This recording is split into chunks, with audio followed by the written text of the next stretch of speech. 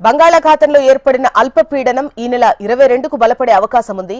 దక్షిణ మధ్య బంగాళాఖాతంలో ఏర్పడ్డ అల్పపీడనం తమిళనాడు నుంచి ఆంధ్రప్రదేశ్ వైపు కదులుతోంది. రానున్న 3 రోజుల్లో తెలుగు రాష్ట్రాల్లో భారీ వర్షాలు కురిసే అవకాశం ఉంది. నేటి నుంచి వారం రోజుల పాటు ఏపీ, తెలంగాణలో మోస్తారు నుంచి భారీ వర్షాలు కురిసే అవకాశం ఉంది.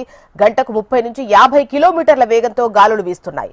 ఉరుములు, మెరుపులతో కూడిన వర్షాలు పడే అవకాశం ఉండటంతో ప్రజలు జాగ్రత్తగా ఉండాలని వాతావరణ శాఖ హెచ్చరించింది. వెదర్ రిపోర్ట్ అందించేందుకు అనురాధ మనకు లైవ్ లో సిద్ధంగా ఉన్నారు. అనురాధ,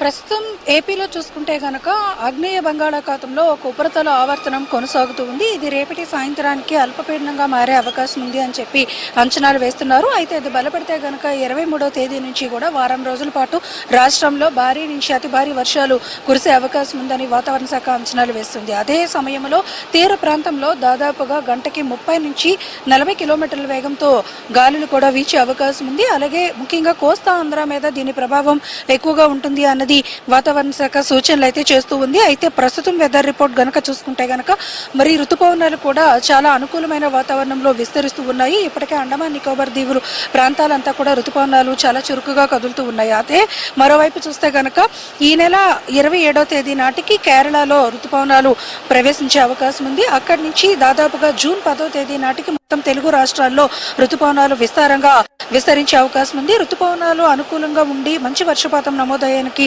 అనుకూలమైన వాతావరణం ప్రస్తుతం తీర ప్రాంతాల్లో నెలకొని ఉందని వాతావరణ శాఖ అంచనాలు వేస్తుంది. అయితే ఇదే సందర్భంలో ఈ నెల 22, 23వ తేదీ నాటికి ఆగ్నేయ బంగాళాఖాతంలో ఒక అల్పపీడనం కేంద్రీకృతం అవుతుంది. అది బలపడి వాయుగుండంగా కూడా మారే అవకాశం ఉంటుంది అన్నది వాతావరణ శాఖ అంచనాలు వేస్తుంది. అది తమిళనాడు నుంచి ఇటు ఉత్తర కోస్తా ఆంధ్ర వరకు కూడా దాని ప్రభావం ఉండే అవకాశం ఉంది. అయితే ఇది ఇంకా స్పష్టత రావాల్సింది.